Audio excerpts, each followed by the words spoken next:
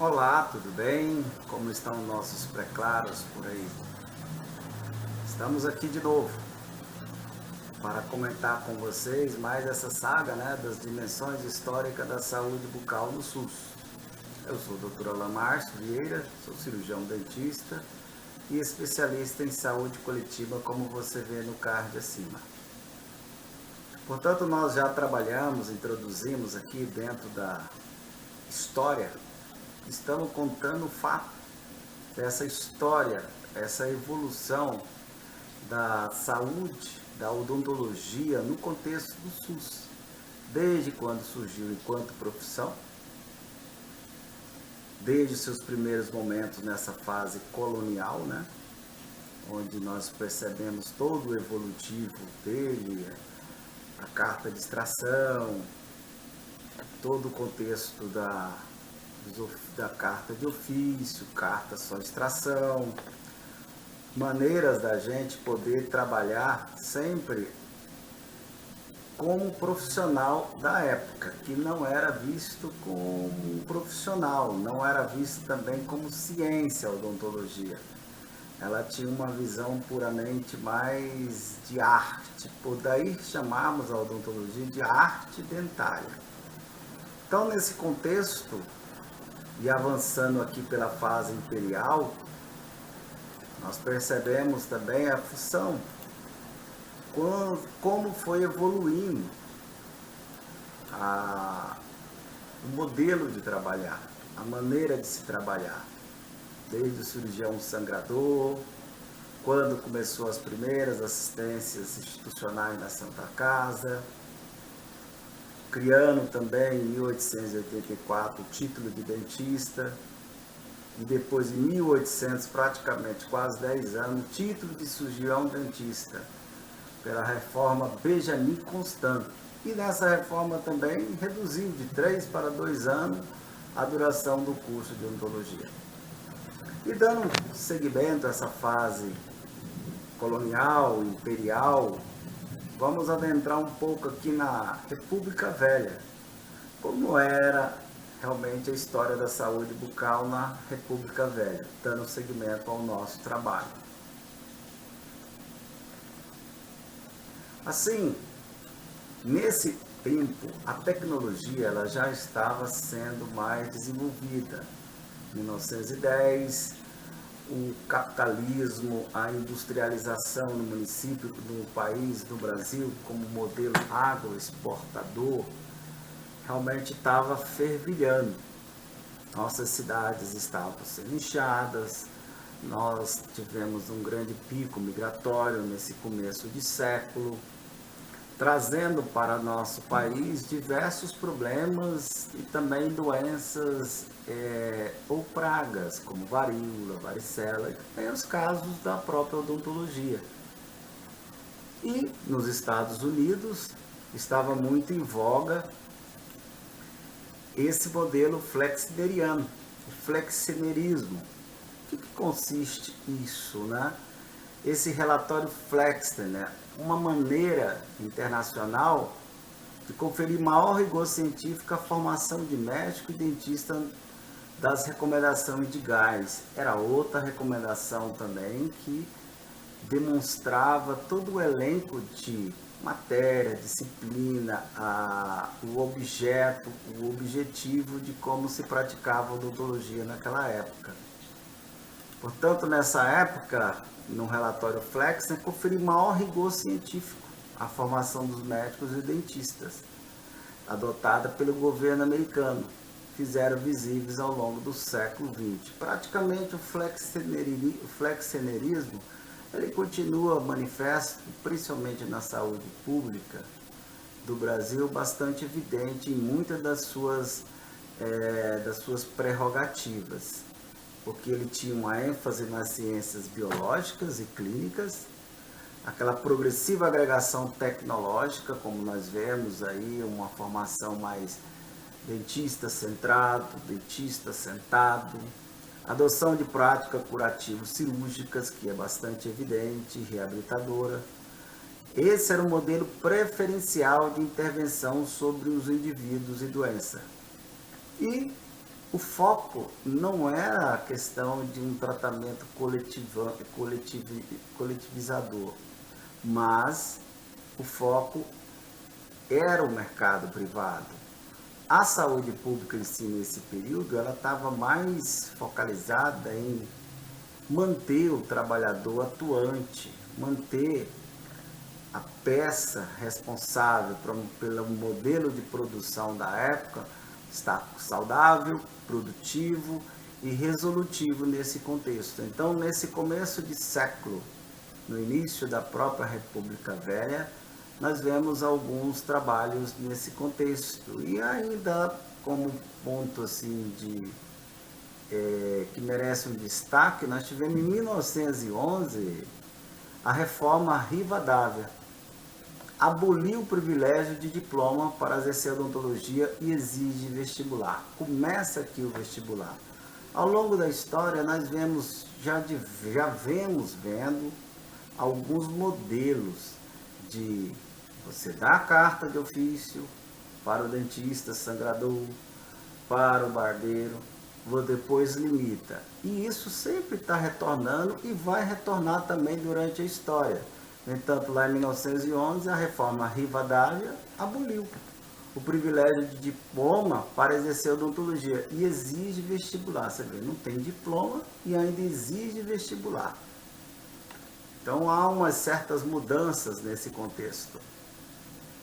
Em 1912, nós percebemos também com a forte economia agroexportadora e um quadro epidemiológico de diversas doenças perniciosas, onde vamos acontecer a primeira assistência bucal a escolares.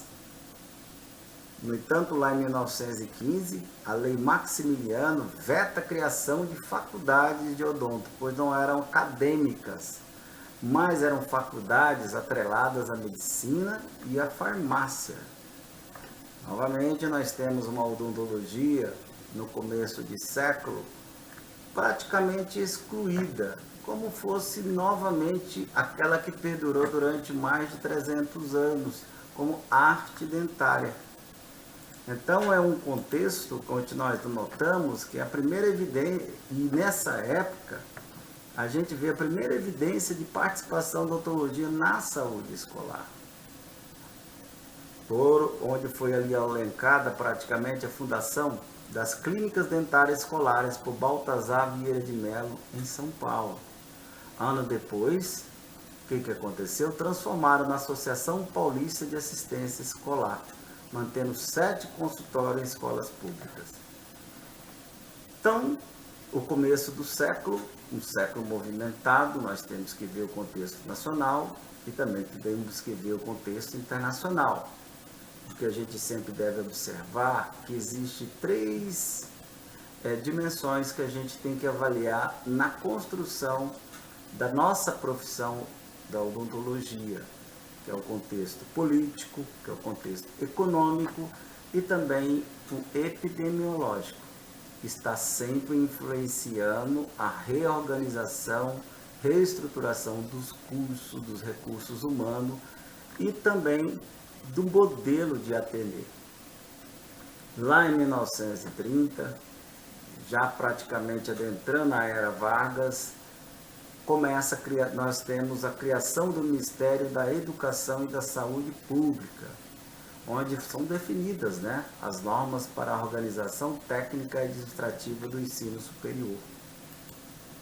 Então, para o exercício legal dessas profissões universitárias, passou a exigir que o diploma do candidato fosse expedido por escola federal. Lá, em 1908, tinha abolido o privilégio de diploma. Já em 1930, exige o diploma. Vocês estão percebendo aqui, caríssimos, o quanto que nossa odontologia é empurrada de um lado para o outro, colocando em xeque o modelo de se formar. Uma hora prático, uma hora outra era proibido prático, uma outra viabilizável. Então, sempre nós, em nossa história, vem demonstrando essa oscilação que temos em nosso processo de formação de recursos humanos e odontologia. E lá em 1933, nós criamos a legislação restritiva da odonto. Olha, restringindo de novo. Nós estamos sempre restringindo porque a cultura nossa era de ter cirurgiões, barbeiros, existia também diversos outros profissionais que executavam as práticas odontológicas. E assim, em 4/12/1933, foi aprovada a legislação restritiva do exercício das atividades odontológicas. E ainda, para aqueles que estavam, aqueles práticos, entre aspas, né? Ele ainda deram o prazo de 6 meses para o licenciamento dos praticantes não portadores de diploma. Assim, meus nobres, nós percebemos o quanto que a nossa odontologia vem se arrastando por quase 3 séculos dentro de um modelo assim de buscar uma certa evidência. No entanto, 300 anos de colônia, quando nós chegamos ali no Império em 1809, com a chegada de Dom João VI, da família real, ocorrem as primeiras mudanças, tanto na parte sua pedagógica, né, acadêmica.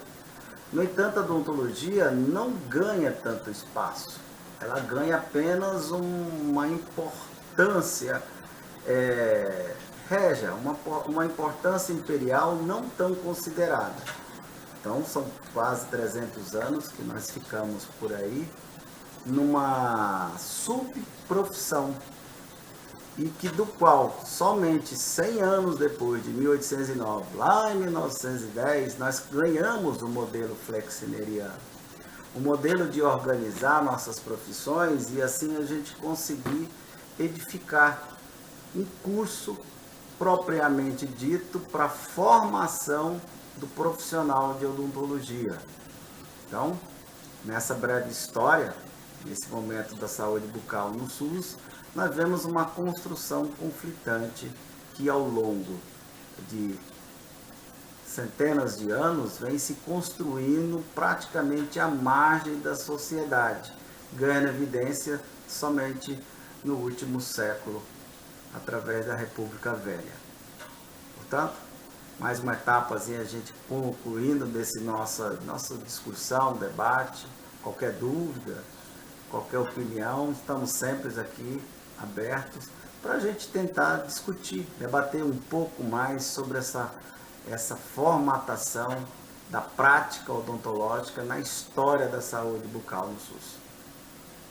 Não deixe de curtir, compartilhar, deixar seu like, porque estamos aqui sempre para compartilhar a informação com bastante harmonia, saber e assim sempre aprender um com o outro que a melhor das escolas é aquela que você compartilha com sobriedade e bênção.